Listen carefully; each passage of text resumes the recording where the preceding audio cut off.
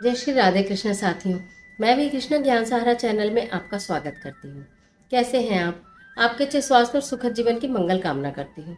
आपके अपने इष्ट देवों को कोटि कोटि नमन करते हुए, बड़ों को प्रणाम करते हुए वीडियो प्रारंभ करते हैं। साथियों, आज हम बात करेंगे कि क्या कुंडली में पितृदोष अगर कोई योग्य ज्योतिष बताते हैं तो उसके कारण विवाह रुक जाता है या विवाह नहीं हो पाता है, तो ये पितृ पक्ष में हम ऐसा क्या उपाय करें कि अगर कुंडली में पितृ दोष होने की वजह से विवाह नहीं हो पा रहा है, यानी होते होते टूट जाता है, यानी कि आंसर ही नहीं आता जो, तो हम क्या करें। ये एक बहुत बड़ी समस्या तो है ही, लेकिन पितृपक्ष में मैंने जब भी कोई ओकेज़न आता है या कुछ फेस्टिवल आता है तो मैं हर ही किसी में ये बताती हूँ कि आपकी कोई भी समस्या है तो अगर आप इस तरह के निवारण कुछ ना कुछ उपाय कर लेते हैं, पूजनीय है, सात्विक है, कोई इसमें परेशानी नहीं है। अगर वो उपाय आप करते हैं तो न मालूम कौन सा उपाय काम कर जाए।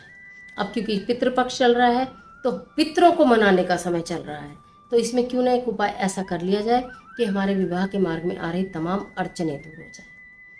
तो आज की वीडियो में समस्त जानकारी लेकर मैं आपके बीच में, तो चलिए झटपट वीडियो प्रारंभ कर लेते हैं। लेकिन उससे पहले चैनल पर नए आए हैं तो चैनल को सब्सक्राइब अवश्य कीजिएगा और बेल आइकन का बटन जरूर प्रेस कीजिएगा, जिससे आने वाली वीडियोस का नोटिफिकेशन आपको मिले सबसे पहले। इस पितृपक्ष में हम ऐसा क्या करें कि हमारे विवाह के मार्ग में आ रही अड़चने दूर हो जाए। करना क्या है, देखिए, ये आपको पता ही है, पूरी सीरीज चल रही है। सब कुछ जितना भी मेरे पास है मैं संभवतः कोशिश करूंगी कि आपके साथ शेयर करती रहूं, आपको बताती रहूं, आपको समझाती रहूं, आप मानते रहें, आप करते रहें और आपका जीवन सुधरता रहे। तो दक्षिण मुखी होकर पितरों के निमित्त पूजा की जाती है। दक्षिण दिशा उनके लिए निमित्त सुयोजित है। तो दक्षिण मुखी होकर आपको पूजा करनी है, उनका आवाहन करना है। उनके निमित्त हमें ऐसा क्या कार्य करना है जिससे कि वो प्रसन्न होकर हमें आशीर्वाद दें और हमारे परिवार में जो मांगलिक कार्य रुके हुए हैं वो मांगलिक कार्य होने प्रारंभ हो जाए।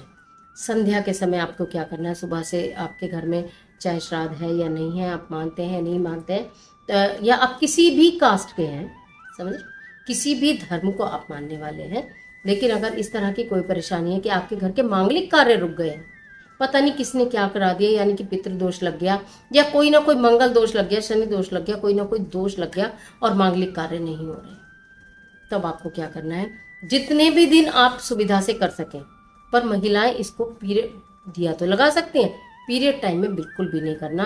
पितृपक्ष में एक और बात अभी बीच में ही क्लियर कर दूं, पितृपक्ष में जो भी कार्य किए जाते हैं उसमें महिलाएं भाग ले सकती हैं, कर सकती हैं, लेकिन अशुद्ध अवस्था में बिल्कुल भी नहीं। वो अवस्था आपके एकांत में रहने की अवस्था है। और बड़े जो हमारे बुजुर्ग हैं, जो हमारे पूर्वज हैं, उनके लिए कोई कार्य आप ऐसा ना करें, घर के पुरुष कर सकते हैं। अब आपको क्या करना है, ये दिया घर का कोई व्यक्ति, जो घर माता हैं, पिता हैं, दादा हैं, दादी हैं, चाचा हैं, चाची, ताऊ, ताई, परिवार का कोई भी सदस्य करे। अब आपको शाम के समय दक्षिण मुखी होकर आपको क्या करना है, एक पीतल का दिया लेना है। पीतल का दिया, चाहे आपके वो घर के मंदिर का भी हो सकता है। अगर आपके घर में मंदिर में एक ही दिया है तो फिर आप एक दिया और लेकर आ जाइए, क्योंकि जो आप भगवान जी के सामने रोज पूजा कर रहे हैं तो वो तो आप संध्या पूजा करेंगे ही, और संध्या में फिर दूसरा दीपक आपको वहाँ जलाना है दक्षिण दिशा के, तो वो तो संभव नहीं हो पाएगा एक दीपक से। तो आप पीतल का एक दीपक और ले आए। अगर आपके पास नहीं है, दो है तो कोई बात नहीं, जो पूजा का है वो उठाकर नहीं ले जाना। ये मैं क्लियर कर रही हूँ, जो आपने घर के मंदिर में पीतल का एक दिया रखा है जिसे सुबह शाम आप मांस धो के जलाते हैं, उसको नहीं लेके जाना। तो आप एक और दिया ले लीजिए, लेकिन जलाना पीतल का ही है, बाजार से ले आइए, क्योंकि इसमें ये बंदिश नहीं कि आपको आज ही जलाना है, आपको आज बाजार से ले आइए, फिर आप उसके बाद जलाइए। दक्षिण दिशा की ओर, वो दिशा आपके घर के अंदर भी हो सकती है, आपके घर के मेन गेट पर, मेन गेट पे करें तो ज़्यादा अच्छा है। लेकिन मैं इसलिए बताया कि कुछ बच्चे ये बोलते हैं कि हम किसी टावर में रहते हैं, अपार्टमेंट में रहते हैं, मेन गेट पे कुछ जलाते हैं, तो किसी लोगों को ऑब्जेक्शन हो सकता है, कोई पूछ सकता है, और ये कार्य अगर कोई पूछ देता है और टोक देता है तो काम नहीं करते। इसलिए तो आपको अगर ऐसा लगता है कि कोई रोकने वाला नहीं है, कोई टोकने वाला नहीं है, कोई पूछने वाला नहीं है, किसी को हमें बताना नहीं है, तो आप मुख्य द्वार पर करिए। मुख्य द्वार के अंदर भी कर सकते हैं, मुख्य द्वार के बाहर भी कर सकते हैं। आपने एक जगह, जिस भी जगह एक दिन दीपक जलाएंगे उसी जगह रोज दीपक जलाएंगे। थोड़े से चावल लेने हैं और उनको हल्दी से पीला कर लेना है। थोड़ी सी हल्दी बुरक लीजिए उन चावल के ऊपर, और उसके ऊपर फिर आपको वो दिया रखना है। पहले चावल थोड़े से बिछा लीजिए जिसमें आपने हल्दी मिलाई है, उसके ऊपर आपने पीतल का वो दिया रखना है, उसके ऊपर उसमें सरसों का तेल होना चाहिए पीतल के दिए में, और दक्षिण मुख की तरफ, दक्षिण दिशा की ओर उस दीपक का मुंह भी हो और उस बत्ती की लो भी हो। जो बत्ती जलेगी ना, तो जो दक्षिण दिशा की तरफ उस बत्ती का मुंह भी होना चाहिए। ठीक है, ये करना है। उसके बाद आपको आह्वान करना है अपने पितृ देवताओं का। कहते हैं ना, हमारे जो पितृदेव हैं, अगर वो प्रसन्न हो जाएंगे तो सारे कार्य हो जाएंगे। तो आप वहाँ पर एक मंत्र का भी आपको जाप करना है। मंत्र जाप करने की कोई समय सीमा नहीं है, कोई गिनती नहीं है। ओम पितृदेवताभ्यो नमः, ओम पितृदेवताभ्यो नमः, ओम पितृदेवताभ्यो नमः। आप उनको प्रणाम कीजिए। आप जितनी बार भी बोल सकते हैं, 7, 11, 21, 51, जितना भी आप कर सकते हैं। एक माला कर सकते हैं। आपको लगता है कि हमारे पास समय है, एक माला भी कर सकते हो, कर सकते हो। नहीं है तो आप जितनी चाहे मर्जी बार श्रद्धा के साथ जितना बोले उतना बोलिए। तो वो दीपक आपने प्रज्वलित कर दिया। प्रतिदिन संध्या समय, यानी कि आपको जलाना है दीपक 7 बजे के बाद, 7 बजे से 8 बजे के बीच में, थोड़ी थोड़ी रात होने वाली होती है, तब आपको ये दीपक जलाना है, का आह्वान करना है। और उसके बाद आपके घर में मांगलिक कार्यों पे रोक लगी है, लड़के का विवाह नहीं हो रहा है, लड़की का विवाह नहीं हो रहा, रिश्ते आ रहे हैं, बात नहीं बन रही है, या लोग देख जाते हैं पलट के जवाब नहीं करते। आप ये चाहते हैं कि जहाँ हमें सब कुछ अच्छा लग रहा है वहाँ हमारा संयोग बन जाए, तो आप उनसे प्रार्थना कीजिए।